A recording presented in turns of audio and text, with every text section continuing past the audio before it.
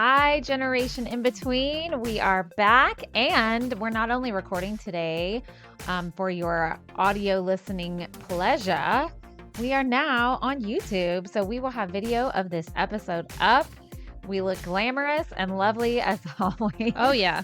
Anyways, we don't have our special little intro quirky sentences because, y'all, it has been a week. Oh. No, you're good. Uh-oh. Continue. Are we good? Okay. Yeah. It's been a week. I am currently drinking coffee from Katie's Bah Humbug mug because, Bah humbug. an election happened. And Oh, right. obviously, y'all know where we stand politically because of the comments we've said on this podcast. We won't go into the weeds of that because it doesn't matter. But we are feeling our feels. Yes. And we're exhausted. And we're also doing rehearsals, which are actually going well. They're going great. But it's a lot of brain space, Mhm. a lot of feelings and things. So we're doing something different today, Yes. which I think I might end up really fucking regretting. And there's the E right at the start. Well, I have to put the E because I don't want my child listening to this one. Mhm. Because, guys, what we are doing today, I had this bright idea when I came across some old stuff not that long ago. I found my old diary and some old writings. So this is amazing, first of all. I can physically see some of them, which we will show on YouTube. So even if you don't listen to us on YouTube, you have to find this one, Deep Thoughts from the 90's Teen. That's the name of it. So you can see some of these illustrations. We'll have pictures too. Yeah. But set the scene, like, what age were you, like, when these things were written? Okay. So what I'm going to tell you guys is I am going to read samples from my diary. Yes. And some poetry that I used to write on a typewriter, which we'll get more into that. You guys, I was really weird. Okay. We know this. I still am weird. I had a lot going on. Like, I did not have the smoothest childhood. I had a lot happening. And I'll get more into the weeds with this in a little bit. But most of this that I have in my hands is middle school, high school era, except for one piece that I had to bring that I think I was probably in 4th or 5th grade. How old's Tegan? 4th grade. Yeah, I think I was around Tegan's age when I wrote this. Awesome. But I used to love writing. And I would get so excited when we had creative writing assignments in class. And this one, I know I wrote for something, but I think I wrote it again so I could keep it. How I still have this, guys, I don't know, because I was in 4th or 5th grade in 89, 90.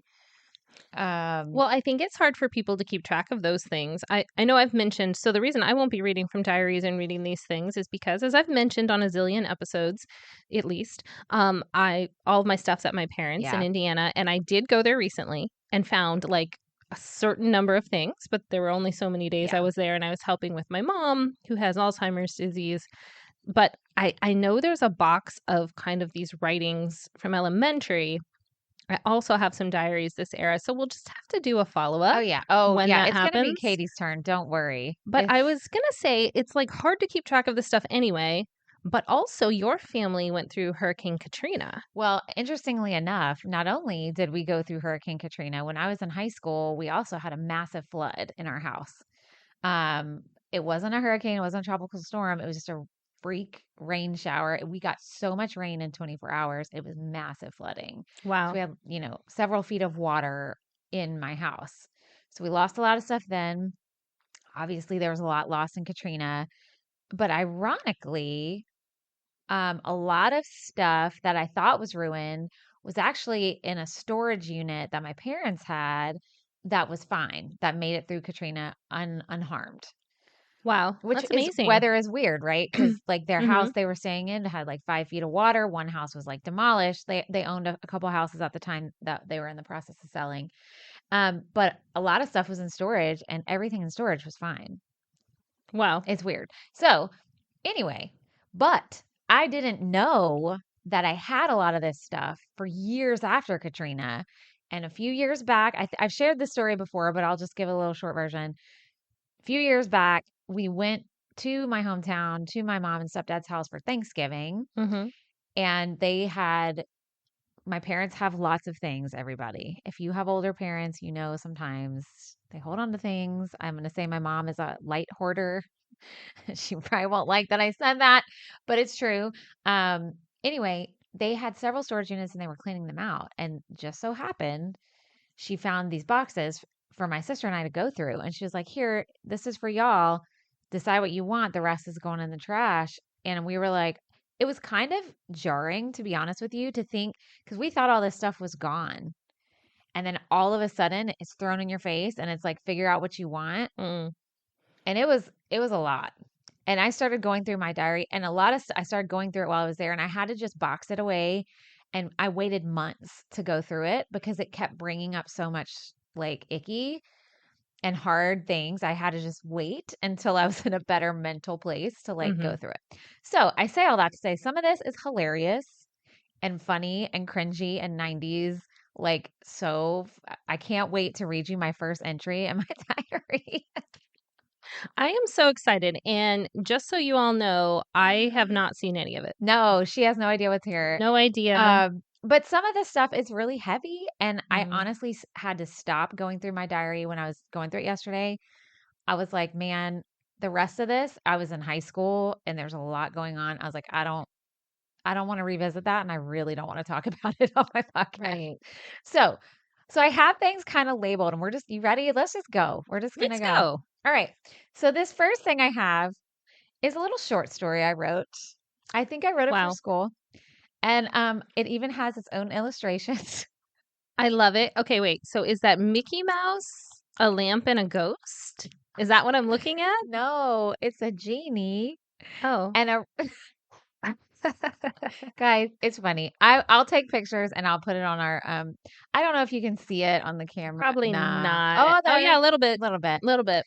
All right, so I'll read you the story and then Okay. you can maybe figure out the pictures a little better. Are you ready? Yeah. So I want to say this was like I think I was 4th or 5th grade. Probably like Tegan's age.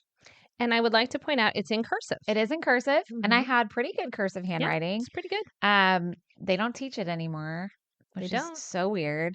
All right, y'all ready? This is a first little short story. So this was about 1989-ish, 90 time frame, and it is called "If I Had a Wish." Oh my gosh. You just won't believe what happened to me the other day.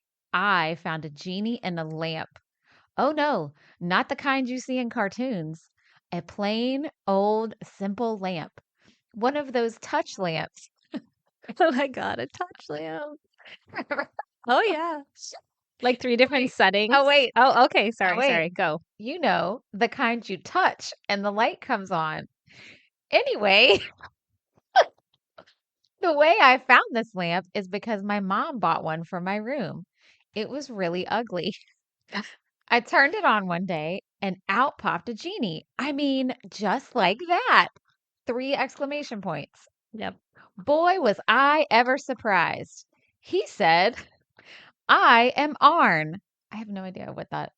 You're a magic genie. You may have 3 wishes. 3 wishes? Wow, I said. Well, get on with it, Arn said. Okay, if I had a wish, it would be to have tons of money, I said. Okay. Oh no. Oh no. No, it's for some reason I thought that genies would say wabula.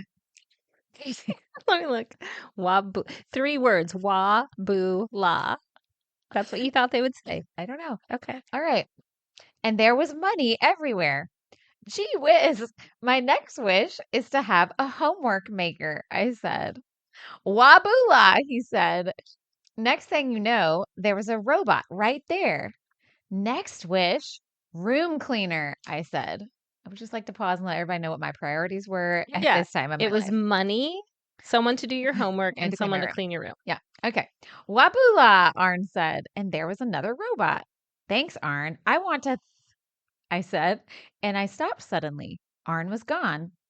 Well, I tried to get him out of the lamp, but he wouldn't come. Well, I was satisfied. If you ever had my life, you'd love it. Please look at my illustrations and explain them. Okay, so we've got one robot on his chest. It just says homework. And then we've got another robot, identical, except on his chest it says room clean. And then Dani, or the main character of the short story, No, that's which me is with a side ponytail that's and big you with a bangs. side ponytail and 3 money bags. So YouTubers, there we go. Okay. Those are amazing. They'll be on social too. Oh yeah. So anyways, so That was very cute. I liked it. yeah. Okay. So that was just funny, and I found it. Now the rest of the shit I brought, I was in middle school. For the rest of it, that was kind of like right before I went to middle school. Okay. So that was funny. Haha, cute. I think too, like you said, it shows your the priorities. I know.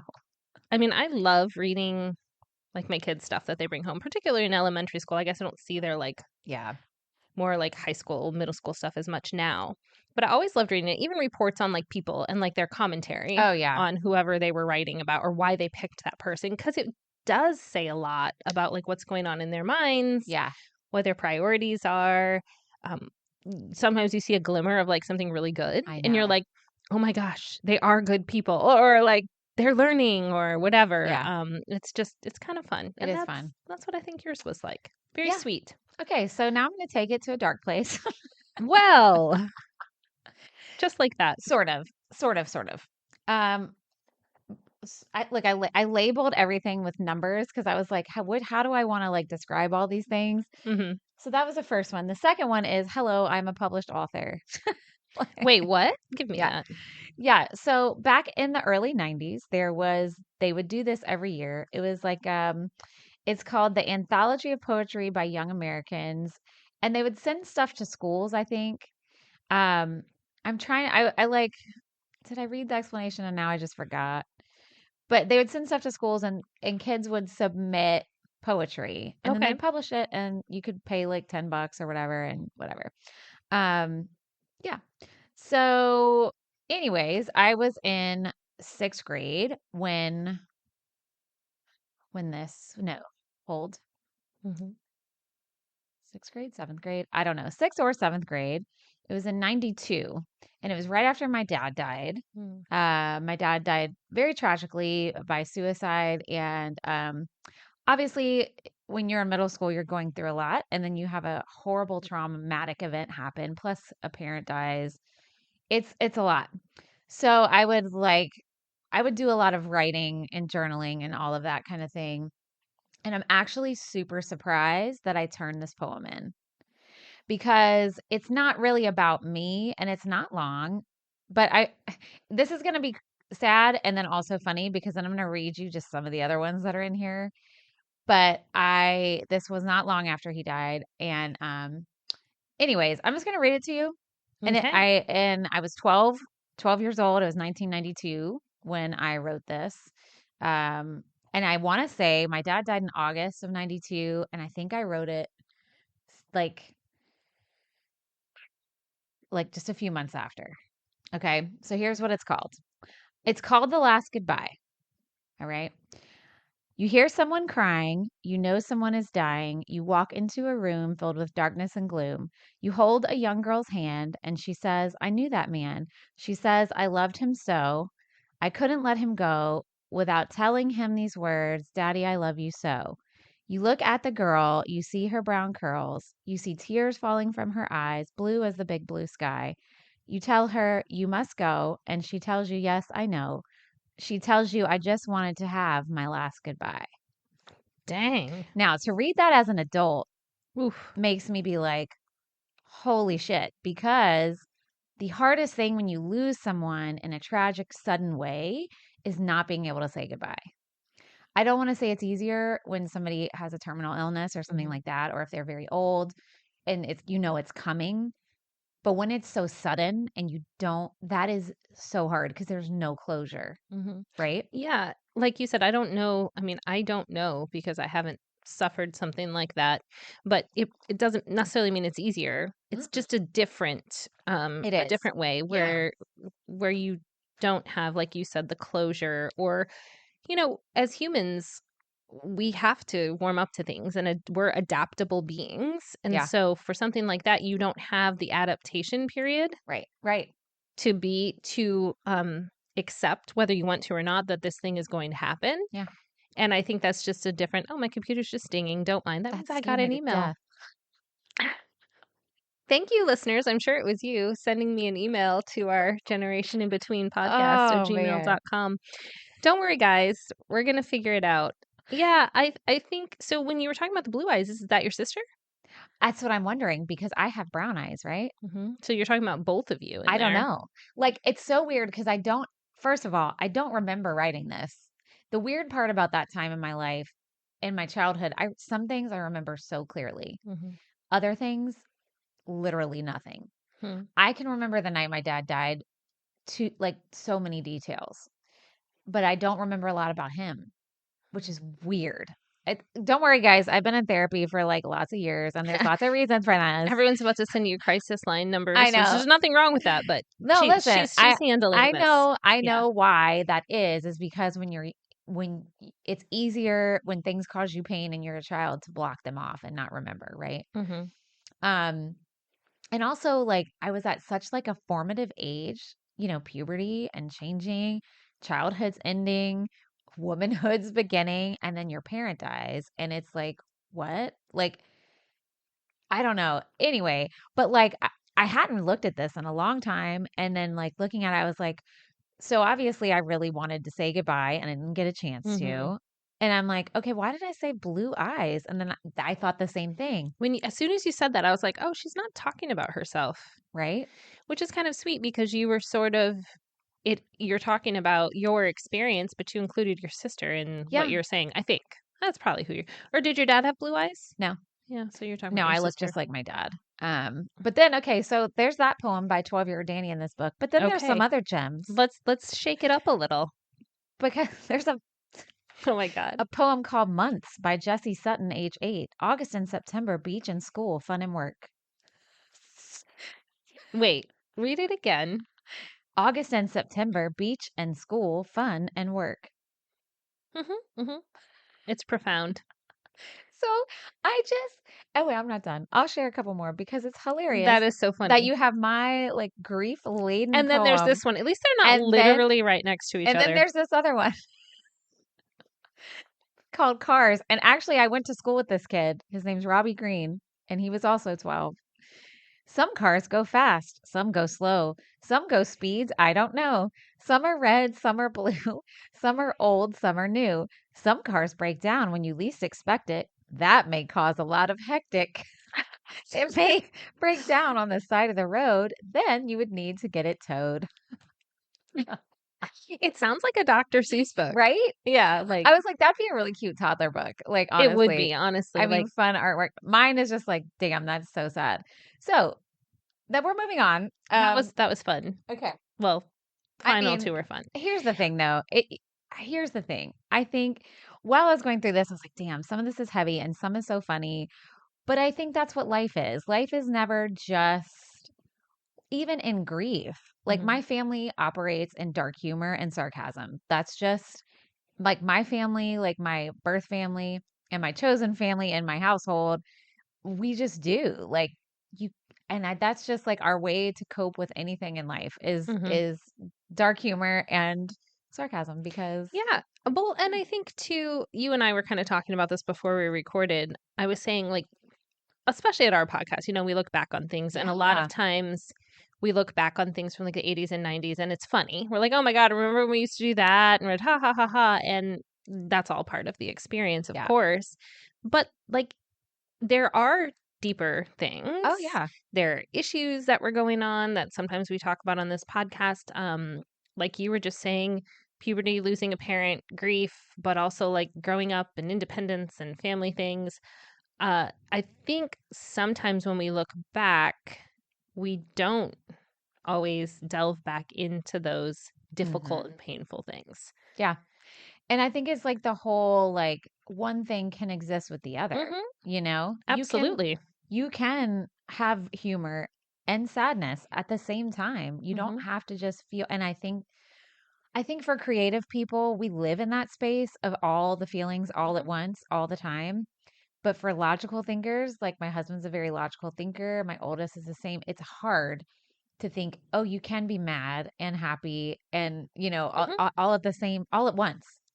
It's that movie, Absolutely. Everything Everywhere All at Once. Yeah, exactly. You And know? well, like, I talk about this with my mom and Alzheimer's too, Oh, yeah. that one of the more surprising things for me in this journey so far is how light and funny it can be. Yeah.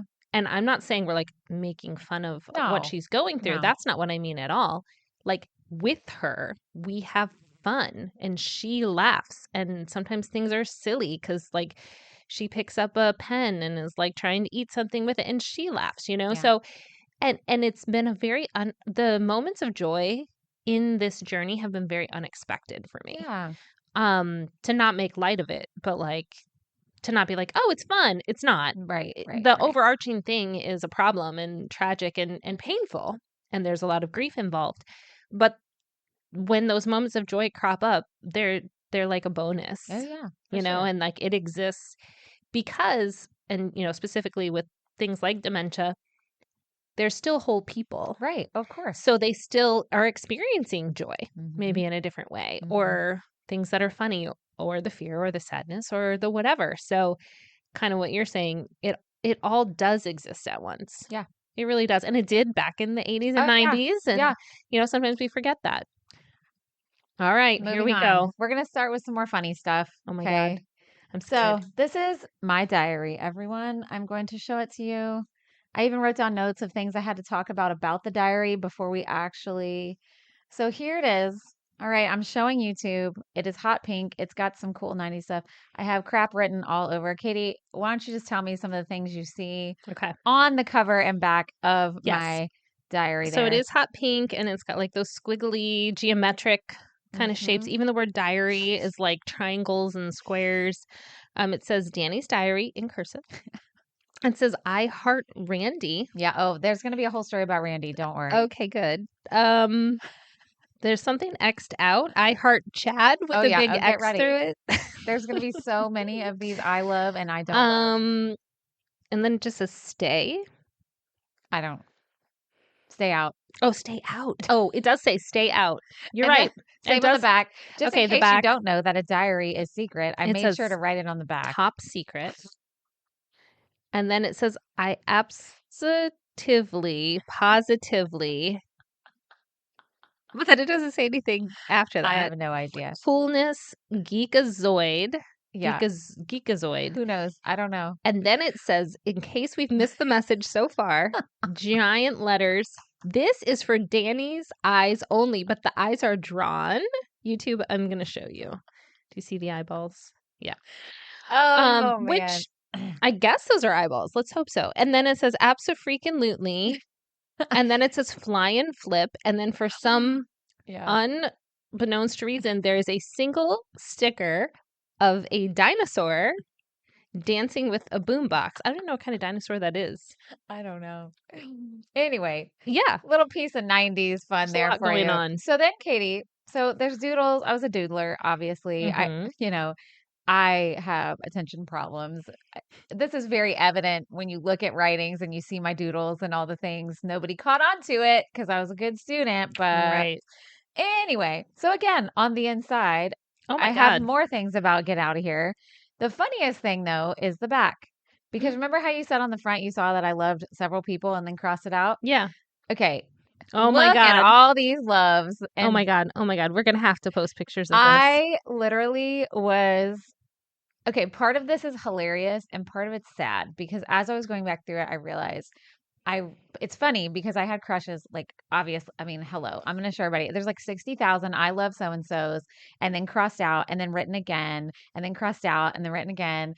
I was so boy crazy. But then I realized I had such a desperate need for approval and acceptance from boys. Now, that is because I probably have daddy issues, right? And also it was also hard to read, and we'll talk more about it later. I had horrible self-confidence. I still do. Katie knows, she's a close friend of mine.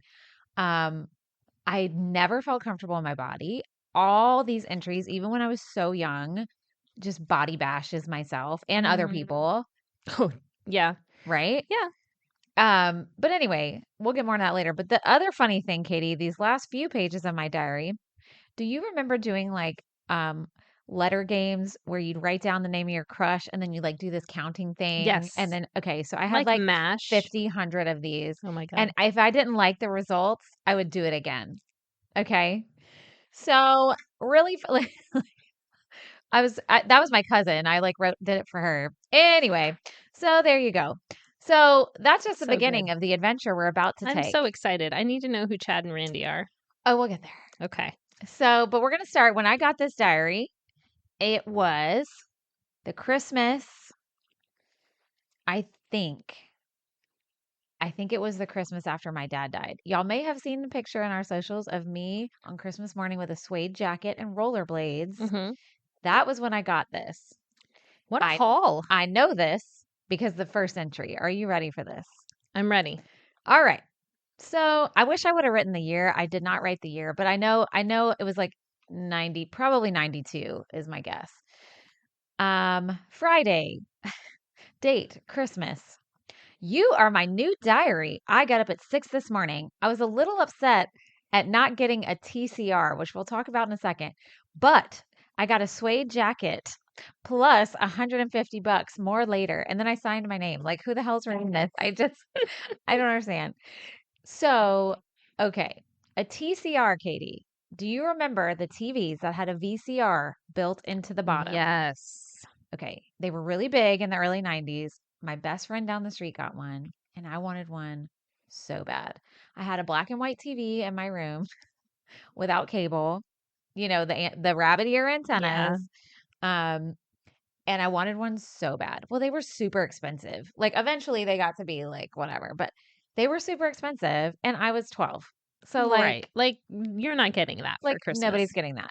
So, okay, you could see the morning. I was very excited. I got my diary, probably wearing my suede jacket around in South Louisiana at 80 degrees, sweating my face off.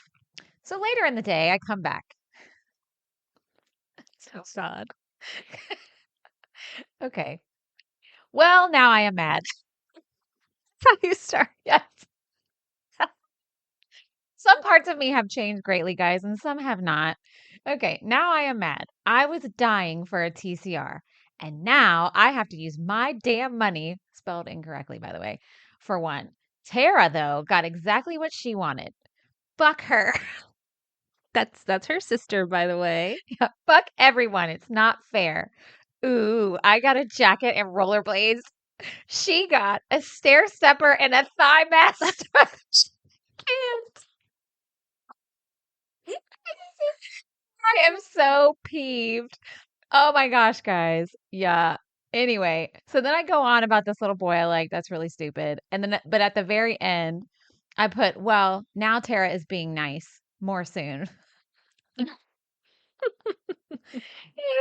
Well, yeah, she's got all those exercise endorphins from the stair stepper and the thigh master. My sister getting a stair stepper for that Christmas. is hilarious. Talk about expensive. But also, I think Tara, correct me on this. I think it was one of the kinds that wasn't, you remember the kind that was just, I don't want, it had like a pump, like you just like pumped it. It wasn't like yeah, it wasn't like, one. okay. Like, it wasn't like a gem quality one. Did the work Do you know what I mean? Yep. I bet it was I think that's what it was. Because I remember us having one of those, but anyway. But I'm like, that's what she asked for Christmas. I would like a stair stepper and a thigh master, please. Because she would have been 19-ish? 18 or 19? 18. Yeah, because she was 18. Well, she was about to turn 19. Yeah, because like they're weird gifts for like an 11 or 12-year-old, but I feel like a young adult, I mean, also very telling of the times, of course. Well, that's what I mean. Yeah. But like at least it like sort of makes a little more sense. Yeah. So here I was pissed off. Because you didn't get a TCR, but she's over here stair stepping and thigh mastering her way to greatness. How dare she? I have to watch my VCR tapes in the living room. Okay? Lame. Very lame. Oh my God. Hilarious. Okay, so that's funny. All right. Okay, so this was crazy. I do not remember this at all, and I'm going to share this with you guys. So that was December, this was January 31st, same year. Guess what? After 2 weeks, me and Wendy made up. Oh, because by the way, girls have drama at this age. So constant entries of who I was fighting with, who was my best friend, who I would never talk to again. And then 2 entries later, I'd be like, we're best friends again. Okay, right. This is so crazy. Another riot is starting. Heads versus rappers. Eric Bartlett even got jumped. It is so scary. I forgot to tell you, I got a perm.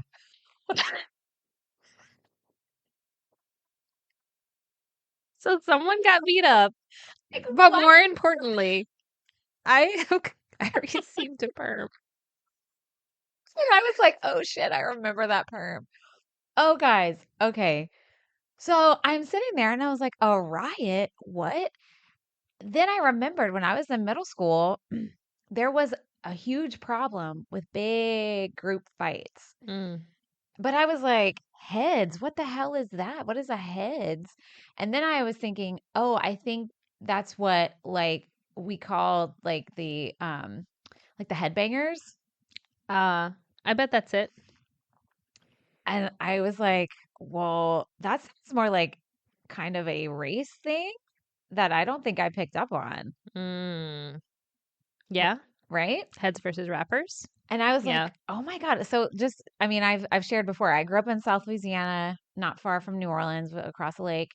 I went to public school. Mm-hmm. It was a suburban area, like, but I was like, dang, I don't. But anyway, so that's just a little bit of how a middle school brain works. I was scared because people were getting jumped, but also I got a perm. So It wasn't all bad. okay, so that was just funny. I had a question mark on that little thing. So I was like, what the hell was I talking about? Okay, this one, ugh, I have documented the first time I smoked a cigarette as a teenager. Wow. Yeah, I was 13. Wow. Yeah. Gross. Okay. So I marked that because like see my little face? Mm-hmm. I have this little face written as just eyes and a little straight mouth because uh yeah. So this was in May. I want to say I wasn't real good about keeping like being consistent writing. Like Katie's super good about like intentionally writing on a regular basis. I am so sporadic, which I guess checks. But so I would go like months without writing anything and then I'd go back. So I want to say this was like the following year and it was in May. And remember guys, this is the early 90's. Mm-hmm. Latchkey kids, all me and all my friends were from divorce. Most of us were from divorced families. We were all alone a lot. And I'm not saying that not there weren't kids who were trustworthy, but a lot of us were getting into trouble. So Yeah. here it was. Oh my God, I am so shocked. At 3:50 p.m., me, Jen, and Alicia, sorry girls if I'm throwing y'all under the bus, went in my backyard and smoked. And I put, it wasn't that bad. Now, why we did that, how we got, I think Alicia's mom smoked, so I think we probably stole her cigarettes. How we got away with that in my backyard, I have no idea. Well, we weren't, nobody was there. Mm-hmm. So I was like, okay. And then 3 weeks later, me, Jen, and Kelly smoked. So I documented every time I smoked a cigarette for a really long time. And then by the time I was like 15, I was like regularly smoking. I didn't. Maybe I did know that. Yeah. Yeah, I did know that And because you smoked through college. I did. I didn't quit smoking until Troy and I started seriously dating when I was in my early 20s. And meanwhile, I was still singing and all the things. And Mm-hmm. I had vocal surgery when I was 19. Probably should have quit then. Yeah. Did I? No, I smoked for 3 more years after that, which is so stupid and dumb. If I could rewind time, I would go back and never let myself have a cigarette. It's wild that it ended up turning into a habit An addiction. and an addiction, and you have it documented here because Right. I know there's a page in a diary of mine about smoking Right. or something, but I've never been a regular smoker. So that's Isn't that weird? it's weird. And it's also like addiction is so, and obviously we're not experts on this and we won't get too in the weeds, but it's so interesting. It is. Like, I don't mean that in like a light way, but how people can have the same experience, but then the addiction journey looks so Mhm. different for someone else, even within families, like even Oh, within yeah. my family. Like But it's interesting though, because sometimes I'll notice like, um, I maybe I'm oversensitive, but like an addictive pattern. Like I've stopped drinking this year Yeah. because I was like, I'm doing it just as a habit Yeah. and as a coping mechanism, which doesn't make me an alcoholic or doesn't even make that wrong. But because I know of patterns in my genetic pool, it was Mhm. enough to make me go, I need to break this. Yeah. And it doesn't mean I can't ever have a glass of wine again, but it just means like this habit could take me down a path I don't want to go down. And I've seen it happen. Well, I've talked before, my sister is a recovering addict, and I also like I feel like everybody in our family has some kind of addiction pattern. Mm-hmm. Mine, I was a smoker, Mm-hmm. but then I was an obsessive Yep. exerciser. Like I was I've been addicted there too. to exercise, and it's exactly what you say, and you have to be so aware. And even with drinking, I have to sometimes pay attention and be like, oh, okay, let's pull back. Mm-hmm. Because when you have addiction around you and you also see the destruction, I think you can recognize it a lot better Mm-hmm. but sometimes you don't want to Right. because you always want to validate, oh, it's not that. Like, it's not like as bad as whatever. But I don't know. I mean, and nicotine, guys, is just like caffeine, I feel like is just as addictive Mm-hmm. as nicotine or sugar or whatever.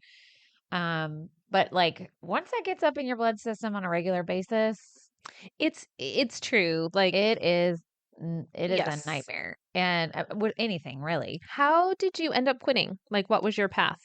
Oh God. Well, first, so like Troy and I started dating, and then I was still smoking. And Troy, here's the thing, Troy is a prior smoker as well. He also was like he used to dip, Mm. um, but he had quit, years before we started dating. And every now and then he would have like a social cigarette because that's when we were in our early 20s and going out and Yeah. whatever. But he had been like totally quit for a long time. So when we first started dating, he didn't like it, but you Yeah. know, but when we started seriously dating, he like we like were like chatting and he's like, I mean, do you have any intention to quit this habit? And I was like, well, yeah, like one day, because no anybody who's a smoker doesn't ever think they're going to be a lifetime smoker. You just think, oh, I'll stop at this point, Mm-hmm. or maybe this point, or da, da, da. And I was like, oh yeah, eventually, I don't know. And he was like, well, he's like, I don't remember how he said it, but basically it was like, if we want to be serious, like that's kind of a deal breaker for me, which is totally, Fair. totally Yeah. fair. And at first I was like, well, bleh, whatever, no man can tell me what to do. Like it's my body. And Also which fair. is facts, but Yeah. also like, but then I had this so for a while I was just like, whatever, I'm going to do what I want. But then I was like, really? I'm going to give up this great guy who's so good for this nasty habit that I need to stop anyway? Right. It's not him being like, I think you should wear these clothes Right. or do this thing. It's Like it's him like a life actually dangerous habit. feeling concerned for And it's you. gross and it smells and it's gross and Yeah. it takes up money and time and then I stink and then like anyway. So I was like, okay, so it was like a very gradual process. Sure. I like quit and then like he'd be at work or something and I would like have a sneak pack of cigarettes. Mm-hmm. But then I was like, okay, this is so dumb. Like, and then finally I just grew up pretty Mm-hmm. much. And I was like, okay, I'll be done. And then for years after that, it would be really hard for me. That was what I was going to ask. Yeah. But Yeah. now I hate it. I can't stand to be around cigarettes.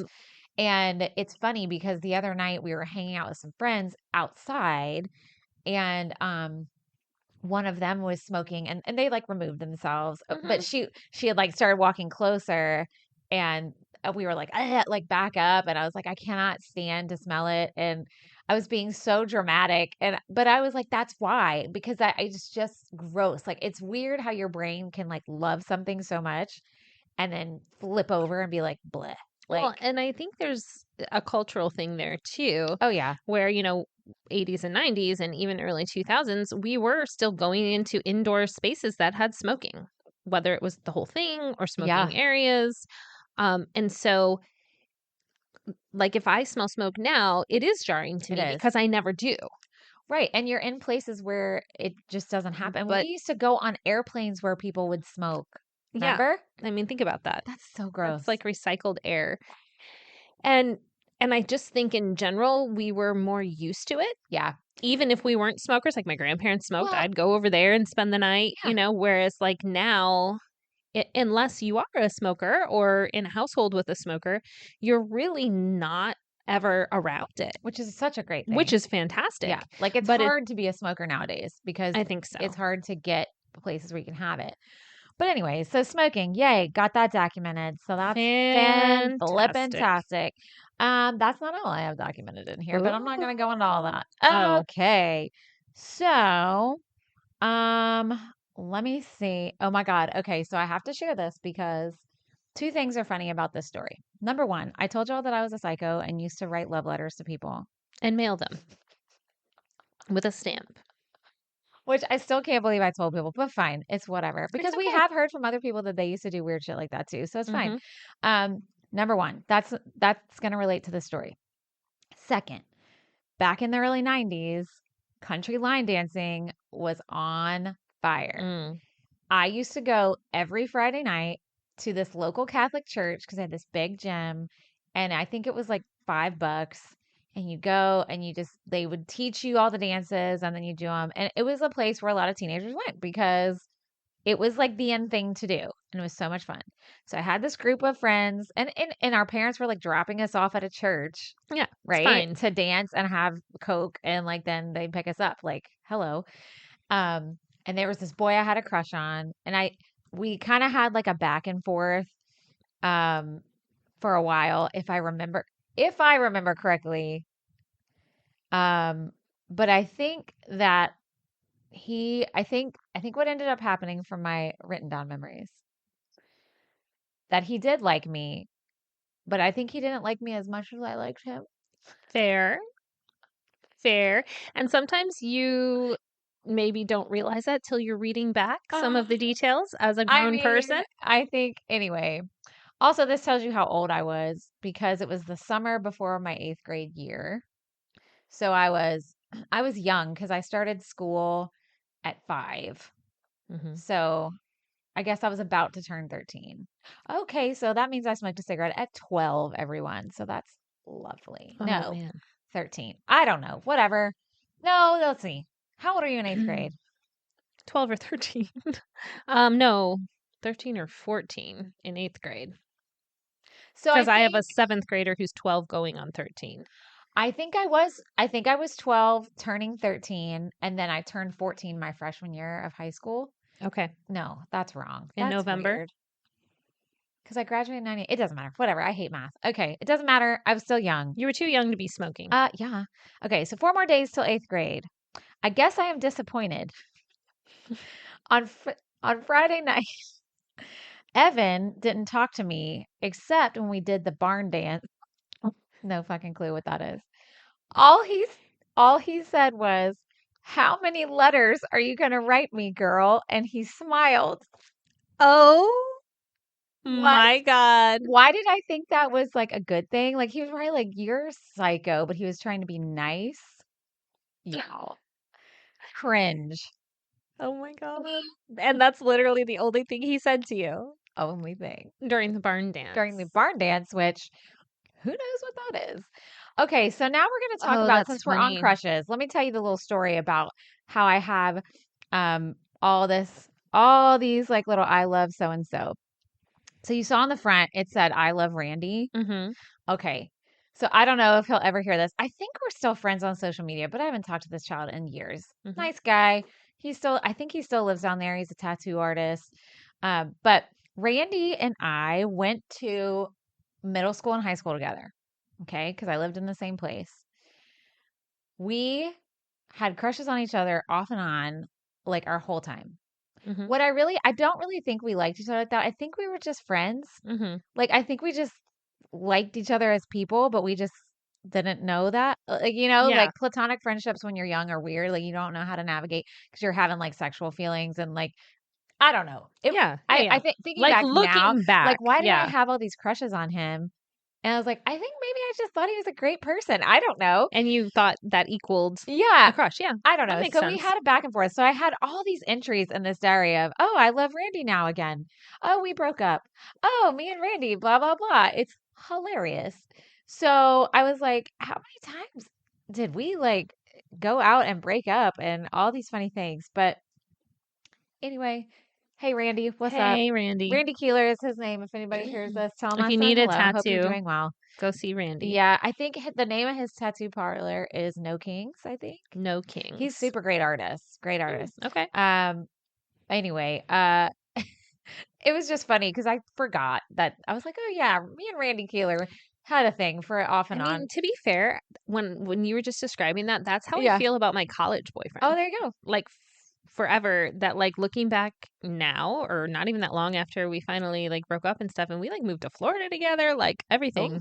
Yeah, and then broke up. And then, But that's fun. but here I am. Yeah, So but there I you mean, go. there's a reason. There's a reason. But like him and I, same thing. I'm like, yeah, he was just a really great guy and nice, and there was nothing wrong with him. And he thought I was nice, and we ran in the same circles. But like when I look back, I'm like, I don't know that I ever like was attracted to him Yeah, or him I don't to know. me. I don't know. It was just like, yeah, this makes sense, and I Right. like being around this person. And it wasn't until later that I was like, that wasn't really Yeah. a romantic relationship. Which, to be fair, when you're dating, that's what should happen. You should figure it out. Mhm. Like, you should Good date a point. bunch of people and be like, oh, yeah, like this person. Because I think sometimes when you feel comfortable with someone, you confuse that with, Mhm. especially, not to be dark again, especially if you don't have a very good foundation to work from of safe Sure. relationships, or like, I already had issues with men and daddy Mhm. issues and all the things. So I think I would just latch on. Mhm. God, that sounds so gross. It sounds so bad, but No, it's okay. I know what you okay. mean. Okay, what's next? This is the last thing I'm going to read from my diary, because I had some entries from 8th grade. It gets towards the end of 8th grade, and then I go into high school, and I'm just going to tell you guys, things get a lot more like heavy and intense Mhm. and graphic, and like I don't want to share it. It's just, That's just for you. you don't need to know this, but here's something that crushed me when I was reading through. How many times I wanted to be in a different body, and how many times people made fun of my body that I would Mm. write about. Um, Even friends of mine. I can remember a sleepover I was at one time. They thought I was asleep. Like, it was like, 90s, 80s, 90s sleepover. We were all in one big like rec room, and you're in sleeping Mhm. bags, and they were talking about how fat I was and how ugly I was. And like, these are supposed to be your friends. And so I just remember like I was and I remember just covering my head and just crying myself to sleep. And That's terrible. I know. And then the next morning we get up and everybody's just whatever. And I had to sit there and eat breakfast with everyone thinking, you guys were just like, you're my friend. Like it was terrible. Anyway, so I told you some of this shit's hard. So seeing this over and over and over again would just, it made me so sad. And like, look, all caps, it says, I wish I was skinny, Oh. right? I'll show you. All right, you And too. there was some stuff going on in my life with like boys, and like, I even had boys tell me they didn't like me because I was fat. So it's all Which very, I very, also, very bothersome. yeah, But also like just having, children this age now. I don't want to stereotype and say girls, but I see it more in the girls than my son. Um they're still, I don't want to say it's developmentally appropriate to not like your body, oh but I yeah, think because you it's feel out of place. maybe both. Yeah. Like the environmental side of it, where you're made to not like your body, whether Mhm. that's literal friends or society or culture or Yeah. media. But there's also the like, I don't like my body Yeah. that's inherent, Yeah. Well, because and you wanting feel something weird. else. Yeah, you feel weird, you look Yeah. weird, like you just do. You just do for a while. Yeah. But it's just so sad because we did not, in the early 90s, there was not this positive body image stuff Mhm. that now granted, we have it now, but we have so far to go, guys. I mean, but weren't seeing representation Mhm. of other people's bodies. This was the time of heroin chic models. This was the time of, the supermodels, the Cindy Crawford, like, I mean, all the TV stars, everybody you saw was this skinny, white, beautiful lady. Yes. And that is true. also, I grew up in a house. My body developed in a very different way than my sister. And my sister is 7 years older than me. Right. And she was this naturally platinum blonde. Yes. Straight. This was back in the time of the stick straight hair. Her hair is naturally stick straight. Mine used to have a lot of curl. It kind of fell out the older I got. And I had this brown frizzy hair. We're all short in my family, but I am stockier, if that makes sense. Now, for me as a personal trainer, now that works well because I build muscle very quickly. But my sister was smaller, and and my mom was super little and cute, and like they didn't struggle the way I did with certain things. And I was growing up in this house where I was just seeing all this. And then, anyway, it's a lot. So, this entry, and this is where I'm going to stop here. I made an oath to myself, and I would do this a lot. I wrote, Dani Michelle Thompson, on this date, October 15th, 1993. I was not even 13 yet, I don't think. Yeah, because I turned 13 in November. 11:27 p.m. I hereby solemnly swear to lose 10 pounds in the next 3 months. Yeah. I now weigh 120 pounds. Oh my God. Also, if you're 12 going on 13, you shouldn't be losing. Right. You know this. Listeners know this. You are growing. Yes. Yeah. And to be honest with you guys, I was probably around the same height that I am now. Like I'm 5'2". I probably wasn't much shorter. And I weigh much over 120 pounds these days. And I mean, granted, I had the baby fat that we all have, but I look back at pictures and I remember thinking I was just so big. And I wasn't. I was a normal looking kid. Well, I don't want to say normal, but I was just a kid. Right. You were right. And that being said, like children and adults have different body shapes, and being in a bigger body, there's nothing wrong with that. Absolutely. And that is something I really wish, we would have had back then. Was I think if I would have seen, people in bigger bodies in the media, which I hate to say because the media shouldn't define you, but it really does make a difference. It makes a difference. To see that, okay, so what? Like if I'm in whatever body I'm in, like you can be beautiful and successful and happy and healthy. Hello. Yes. No matter what your body size is. But anyway, so we're going to move on. I don't want to linger too long there. Yeah. Also, another funny thing is I had a lot of ripped pages out of my diary. Oh my gosh. You're right. What is happening? You don't know. Don't know. Gone forever. And also like, what's it say? My mom, oh my God, this is so bad. I was an asshole of a teenager for a while, as we all become. She had this boyfriend, and it was when I was like, I was in middle school. No, this was by the time I was in high school when they dated, who ended up being her fiance, and then it fell through. But he had a little kid who is the biggest brat in the entire world. I hope he's doing well now. He was 6 years old. He's from a divorced family. He had a lot going on, but I could not stand him. And they used to like force me to do things with him. So on one page, I put AJ is an asshole and a brat. It's like the whole page. He's 6 years old, guys. Right. I am guessing, hopefully, fingers crossed, he is not an asshole and a brat any longer. He was just 6 years old. And I mean, he had a hard time. But also, your feelings are valid. But also, you wrote them in your diary because you felt them. Yeah. And that's okay. We're going to move on now to some poetry. Let's do it. The diary is away. Like I said, some of these are cringe. Some of them are hilarious. But I found a poem I wrote for my sister. Oh. And I don't know when I did, because my sister and I, we have a big age gap and we weren't very close until we were older, which makes sense and it's fine. But anyway, I don't want to read that. I don't know why I put that in here. Yeah, we're not reading that. Okay. Stupid. So what we're going to talk about is I found all these poems that I typed on a typewriter. I had this electric typewriter that I loved so much, which, by the way, guys, that's how we used to have to write papers and all the things for school. But I am a really fast typer. And I seems like you probably are too. I am. Yeah. And I used to love, like, typing was my favorite class because I was so good and I was so fast. And I used to love to type things on my typewriter, like the sound and just I did the same thing. like, Yeah. just that feeling of I like, wrote stories and poems and yes. and I'm sure it was electric too.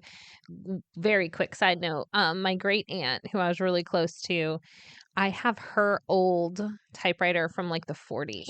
That's Obviously, I don't fun. use it, but I like right now I have it in storage because I want to like kind of put it on display Yeah. or have it on a desk somewhere, and I just haven't had like a spot I feel comfortable with it there yet. It's beautiful. That's so So cool. I may type like a single thing on it just to have it. Like, oh, maybe I'll write a poem. Oh, Just kidding. I'm not you going to. should. Are you Yeah. a poem writer? So yes, but I think the last time I've written a poem was probably 15 years ago. But I wrote a lot through my Yeah. teen years. I took several classes in college on it. And then I even as like a young adult and like as a single parent, I wrote a lot of them. Yeah. But Yeah, I am weird. I go through like years where I write a lot, but I don't share my poems anymore. They're just for me, guys. they're So just for you. as you can Nothing see, wrong I'm with that. very skilled in my stories about Yes. genies.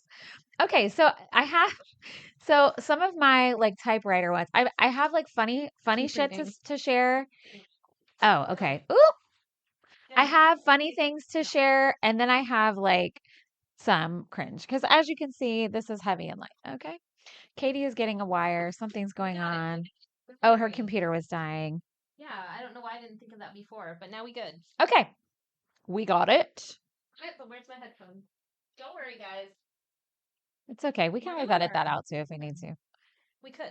Although now we're on YouTube, so no, we can't. Just lying. Just Okay. kidding. You get to So see all the I things. was in high school when I had my electric typewriter. So this is between the years of 94 and 98, everyone. Okay. All right. So this is a good one. This could be a Hallmark card. You ready? Oh, I'm ready. You're going to love this because it's about music. Oh. This is, I think, when I started like really singing. I was in show choir and all the things. And this is when I used to be able to sing way differently than I do now. Okay. A song is like a raindrop that twinkles in the dew. It makes you feel fresh, a soul set anew.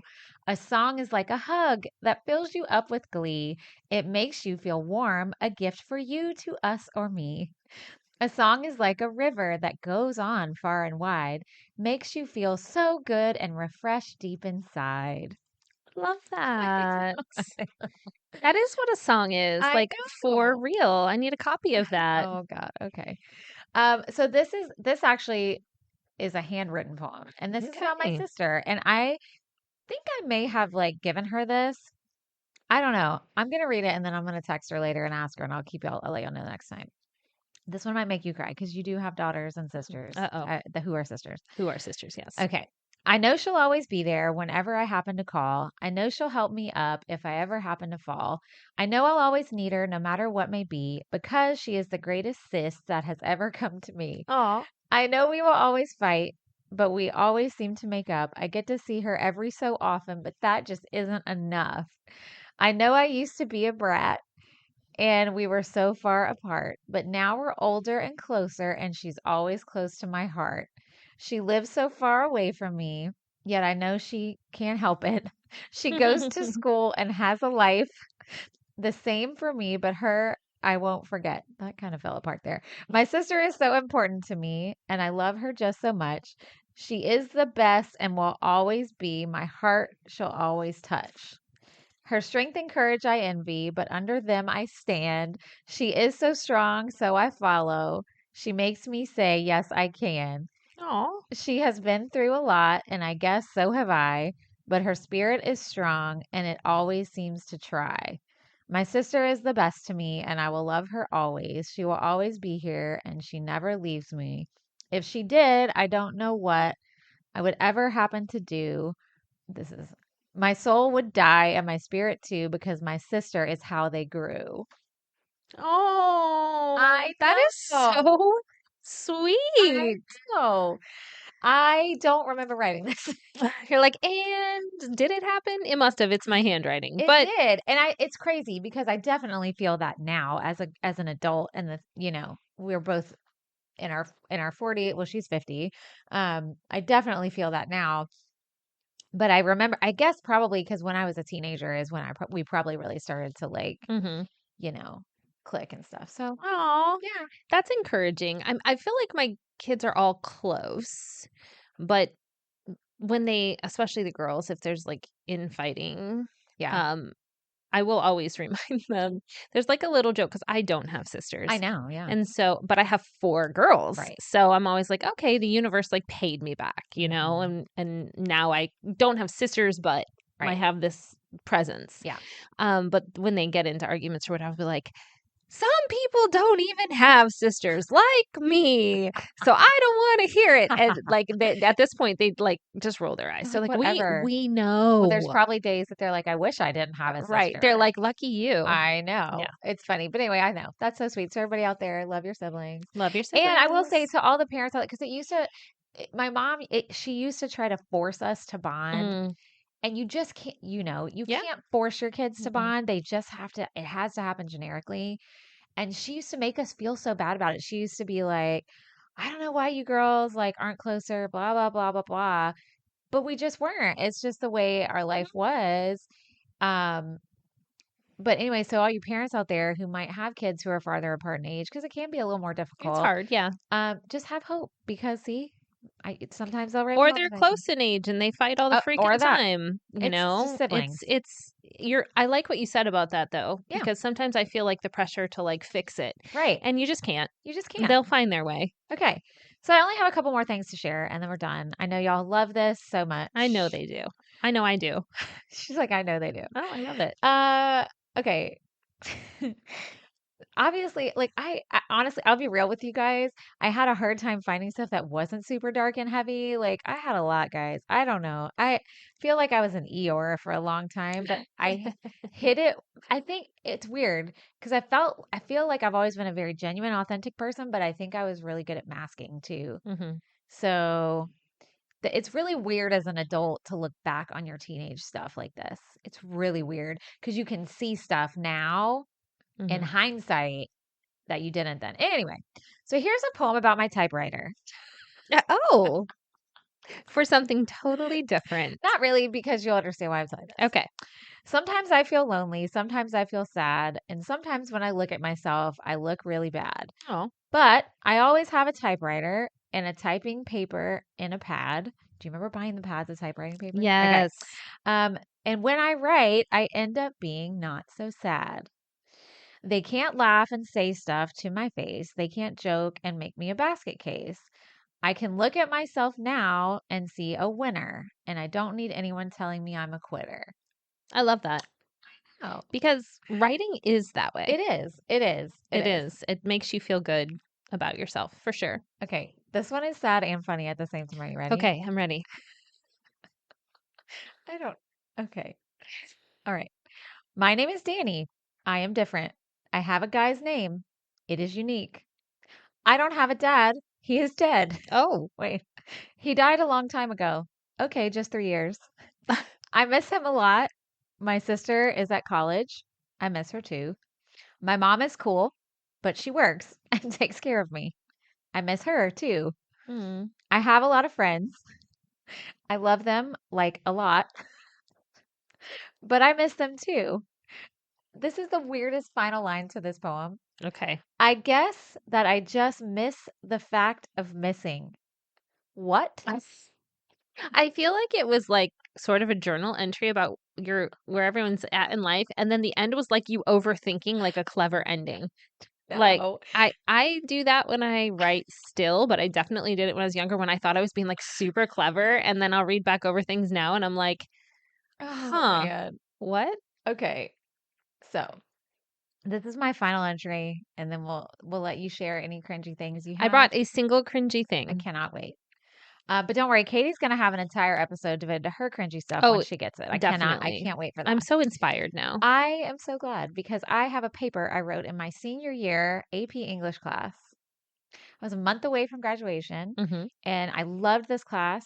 Um, Miss Martin was her name. Everybody who had her loved her. She was fantastic. She has moved on to better Aw. pastures now. Oh my God, she was on a cow. Sorry, she moved on to better things in life. Jeez. Um, Maybe she likes I'll pastures. I'll tell you one of the memories I have of her that just shows what kind of teacher she is. Great. Okay, I'll tell you really quick, then I'll read this. I was a weird kid, as we all know. I had big feelings. I had all things. I had a very serious boyfriend in high school. We dated for like a year and a half, which is a big deal. That's Okay. a long time. Yeah. It was my fault we broke up. Yes, everybody can write that down. I don't know if I ever told people that in real life. It was hugely my fault because we were on a break on spring break, and I made out with another guy Yep. and lied about it when we got back together, and then the guy told him, and it was so we broke up. Yeah. As we should, because nobody needs to be the liar. Like, hello. Yeah. But also we were on a break. Yeah. But It's a still I little lied about it. murky, I but you lied lied. about it. Like, I lied. right. I mean, he should have broke Also, up with you me. were a teenager. Also, I so was 16 years old. it's fine. Anyway, but the day we broke up right before school, and I had to go to school all day. Because, like, in my house, you did not miss school. Like, you were not allowed to, like, you never missed school. And I had already gotten in trouble for skipping school that year. So, like, my ass was, like, on the line. I just had to make it. And I remember going to this English class, and I cried all day, guys. Like, I just, when you have that first heartbreak and it feels like your world is shattered. Yep. Plus, it was like this, we had all the same friends. So everybody was picking sides. Obviously, they should have picked his because I was wrong. But I had really gross things said about me, and people were being really mean. And I think I had one friend who was like trying to help me through it. And it was very awful. And I cried all day. I cried all day. I remember going to Miss Martin's class, and she was teaching. And I'm silently crying. Like, I mean, tears just pouring onto my desk, like just buckets. But I'm sitting there taking notes. Like, I'm trying to keep my shit together because I'm like, I got to get good grades. And she's lecturing. As she's talking, she walks by her desk, grabs a box of Kleenex, and just comes and drops it on my desk. Never misses a beat. She did not call attention to me, but she made me feel seen and made me feel like it was okay. And that, like, those things, kids remember teachers. So thank you for doing that. I wish I could have told her thank you. But yeah, I will never forget that because I couldn't get my life together. Anyway, so that was Miss Martin. And she gave us all these topics to write about. And it was like this one assignment. I'm not reading the other ones because they're stupid. Well, I mean, they weren't stupid assignments, but they're dumb. But we had to write about a dream we had. Okay. This was a recurrent dream I had. I forgot about till I read this. And it's creepy. Oh, you ready? I'm here for it. Okay. I will always remember a dream I had about my neighborhood. I do not exactly recall when I had this dream or how old I was, but I have always remembered it very vividly. It starts off with me walking down the sidewalk on the left side of my street. It was a beautiful summer day. The sun was shining, the grass was fresh and cut, there were no clouds in the sky, and I could hear birds chirping. I was almost to my house, like one house away, when I couldn't move. Like it was like I was completely frozen. I opened my mouth to scream because I was so frightened, but nothing could come out. Then all of a sudden, the gorgeous summer day started to change. Although in front of me, it was still a beautiful day, behind me, it was dark and cloudy. I could hear lightning and it felt like nighttime. It was like there were two totally different atmospheres in front of me and one behind me. It was like there was a line separating the two, and I was the line. I tried to move so I could go into the sunlight, but I still couldn't move. I then saw a shadow on the sidewalk in front of me of someone behind me walking towards me very quickly. It kept getting closer and closer, and I couldn't do anything. That is all I can remember about the dream. I do not know what was behind me or what happened. I have always remembered that dream because it terrified me so badly. Being helpless was the scariest part, and I will never forget it. Wow. That's good writing. I know, right? You're a good writer. It was really good. I got an A on that. What are her notes? I see she wrote. Yeah, she loved writing notes. Well, this one was about verb usage. Oh, and the other one she wrote strange dream. But this other one I wrote, I'm not reading it, but we had to write about memories and I wrote about Sunday mornings. And it was basically about my dad was super involved in church and like how it la la la la la. And of course it talks about him passing away. But what she wrote on the bottom, she wrote great descriptions and feeling. You didn't know this, I'm sure, but my husband and I knew your mom and dad through Kiwanis. A Kiwanis Club. And I didn't know that. Oh, wow. Yeah, I had no idea that my dad was super involved in the community doing lots so of it things. adds up. So a lot of people knew him. Yeah. But anyway, yeah, so she would always write notes. Like she made, and then like she made you feel seen. Yeah. Like on the other one, she wrote adorable. I loved it. But you need to name the speakers. Like, you know, like It's like a little bit of criticism, but also. But that's a good teacher. Yeah, and maybe I'll be able to find it. But I had a paper in college, to your point, about a teacher. So there's a professor, I guess. But the short version is I went to college for musical theater, ended up switching majors like halfway through my sophomore year to English creative writing. Because I thought I was a horrible actress and all the things. Ended up still getting a degree in musical theater because I was like far enough along that I just finished my path.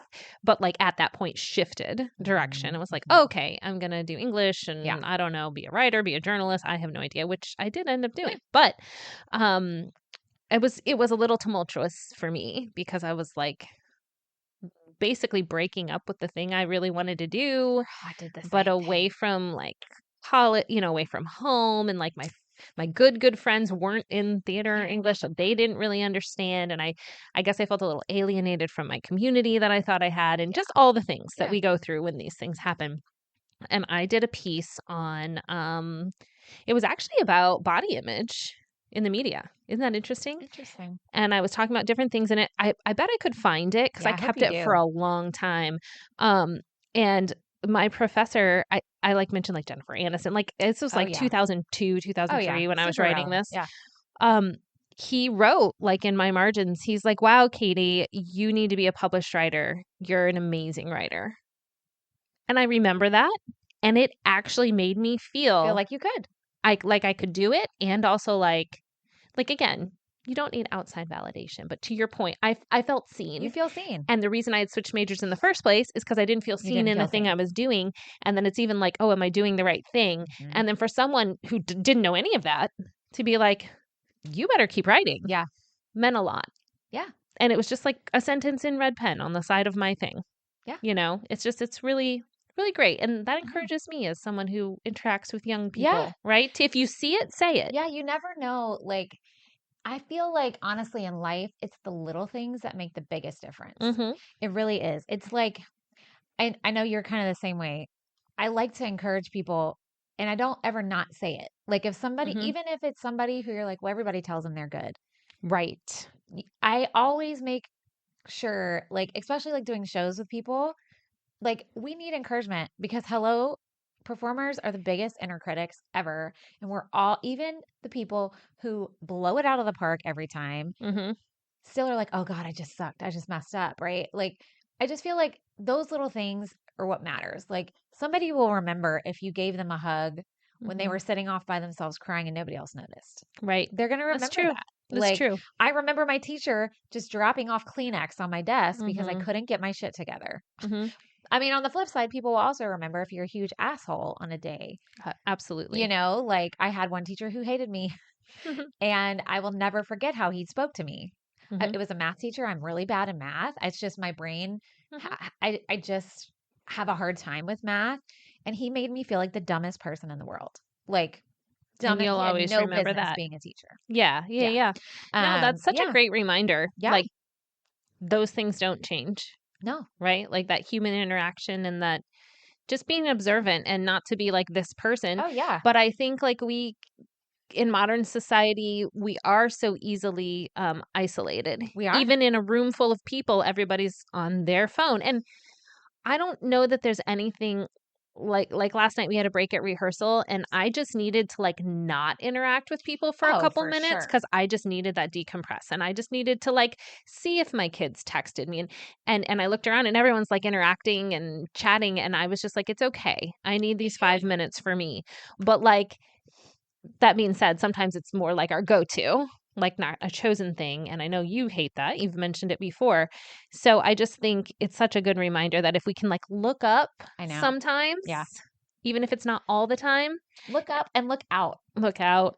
Because I think a lot of times we focus so much in Of course. that we forget to look around. And Mhm, like, mhm. especially nowadays with phones. Especially. Yeah. But anyway. Wow. Well, that was really fun and deep and a good reminder that like it's funny, but also it's deep, but also like the feelings we had then are valid and the feelings we have now are valid. And our younger selves probably needed a giant hug. Man. And a box of tissues dropped off at our desk. And a perm, apparently. And a perm. And a TCR, damn it. Well, yeah, fuck everyone. I know. That's what you fuck said. everyone. I was so mad. So mad. On Christmas. On you fucking wrote Christmas, that guys. What in a spoiled your brat, diary. too. I was like, right? Spoiled brat. You get like rollerblade. And my poor mom. Like, all I got was a suede jacket, rollerblades. Right? And $150. Like, my poor mom was probably trying to make our Christmas the best it could be since our dad just died. Like, hello. It's teenagers. It's teenagers. Teenagers have no frontal lobe, remember? That's right. We don't know how, I'm beyond teenage life, but yes, anyway. We are. Awesome. Well, thank you, Dani. Are you going to show your cringe? Oh my God. Yeah. Sorry. Okay. I brought one thing. It is a picture. So if you are, I should have put this on my computer. If you are on YouTube, I'll hold it up to the screen, but otherwise you've got to check our socials. And we'll describe it. Here, let me see it and I'll describe it. I mentioned this to you recently on an episode. Oh, Jesus Christ. Why did we have to? Okay. So there's 3 clowns in a picture. Oh my God. And it is very 80s, 90s, like clowns with like the rainbow, big hair, the home face paint. Were those homemade outfits? Yes. Okay. Yeah. Definitely with the collar, the ruffled collar. Is that you in the middle? Let me see. No, that's me on the end with the glasses. Stop. That is me. Shut up. Glasses right on top of my face paint. I cannot. Why did you have no red lips? You were white-lipped. I don't know. Do they have red lips? Yeah. Oh my God. They forgot to give you the red lips. They forgot. So these are my friends, Nicole and Kristen, who I'm still friends with on Facebook and stuff. They live in my hometown. So, okay, YouTube, I'll show you really quick. We'll put it in socials too. I'm the one without the red lips wearing glasses. And like, I'm genuinely like proud of this situation. And we didn't just do it for fun. This was for 4-H. Like, we got judged on this. We got judged on like our cost. What were you doing? You were clowning? It was literally called clowning. Literal. That was the category. Well, I mean, they do have clown college. Like, people are like, yeah, I mean, there's nothing wrong with it. Yeah. But it was like we took it very seriously. Like our outfits were a whole thing. That's our makeup, our wigs. Why did we have the same wigs though? Like, why couldn't we have our own? Like, we're literally all wearing the same wig. No, what's that about? I am freaked out by clowns. I know. I'm sorry. Like, literally, we talked about this already. Troy's reading it right now, so I'm reminded every night that I am terrified of clowns. Like, I remember. Oh my God, and those are the kinds of clowns that scare me the most, like the homemade, where it's like something glasses sitting on your white paint. It's like, I'm just gonna put on glasses now. I bet you were good at it though. I think I was, because it's a lot of improv, really. Yeah, it's a lot of physical and like stuff. that picture, we were in a parade. Oh, I love that. So we were like throwing candy and like interacting with children along the route. I love that. Yeah, I think it was a 4th of July parade. Were you making kids cry?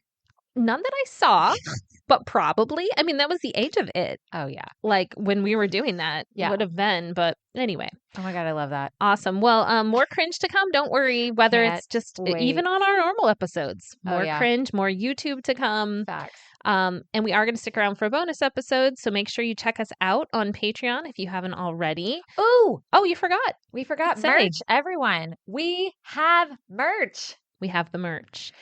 And the website. So we have a website. generationinbetween.com. Mm-hmm. And if you want to see the merch, click on store. And that's where it is. I think they probably Dear Xennials, here's how websites work. Katie type this. Well, the only reason I was so specific is because when you told me it was up, I was looking for merch. Oh. And then I was like, store. That's it. Oh, well, we can rename it. I guess we could, but now I told them it's store. I still think they'd be able to figure it out.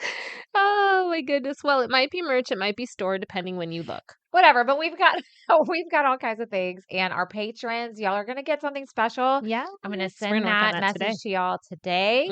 So hooray! And if y'all would like a little special gift, then come join our Patreon. And you'll get bonus episodes, and every now and then we get our act together. You get a little gift, a little present, a little fun. Yeah. So awesome! Thanks for listening to Generation in Between. We'll see you guys next time. Bye. Bye. YouTube.